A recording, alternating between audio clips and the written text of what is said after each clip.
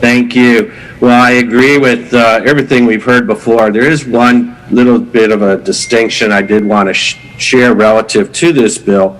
Well, I can agree that technically the income is not being taxed that comes from the PPP loans by the very nature that the expenses that are being paid for by that income not being deductible has the same effective result as if the income had been taxed.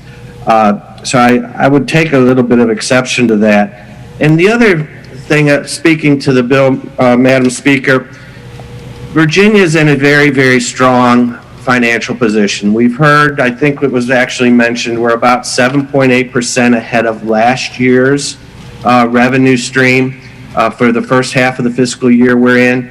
My suggestion, Madam Speaker, is part of that increase is because of the federal stimulus that was put into our economy.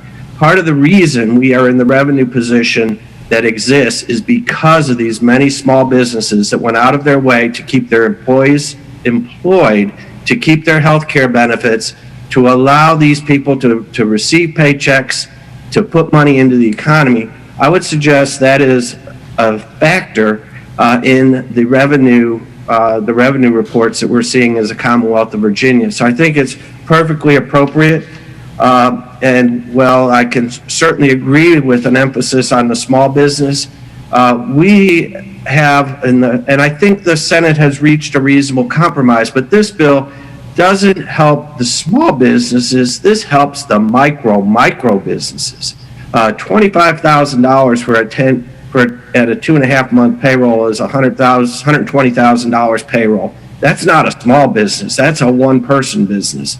And this, I think, is just wholly inadequate what we can do as a body to keep our businesses afloat, keep them paying their employees, and get our economy moving without the fiscal stimulus that can't continue forever. Thank you, Madam Speaker. Thank you, Delegate McNamara.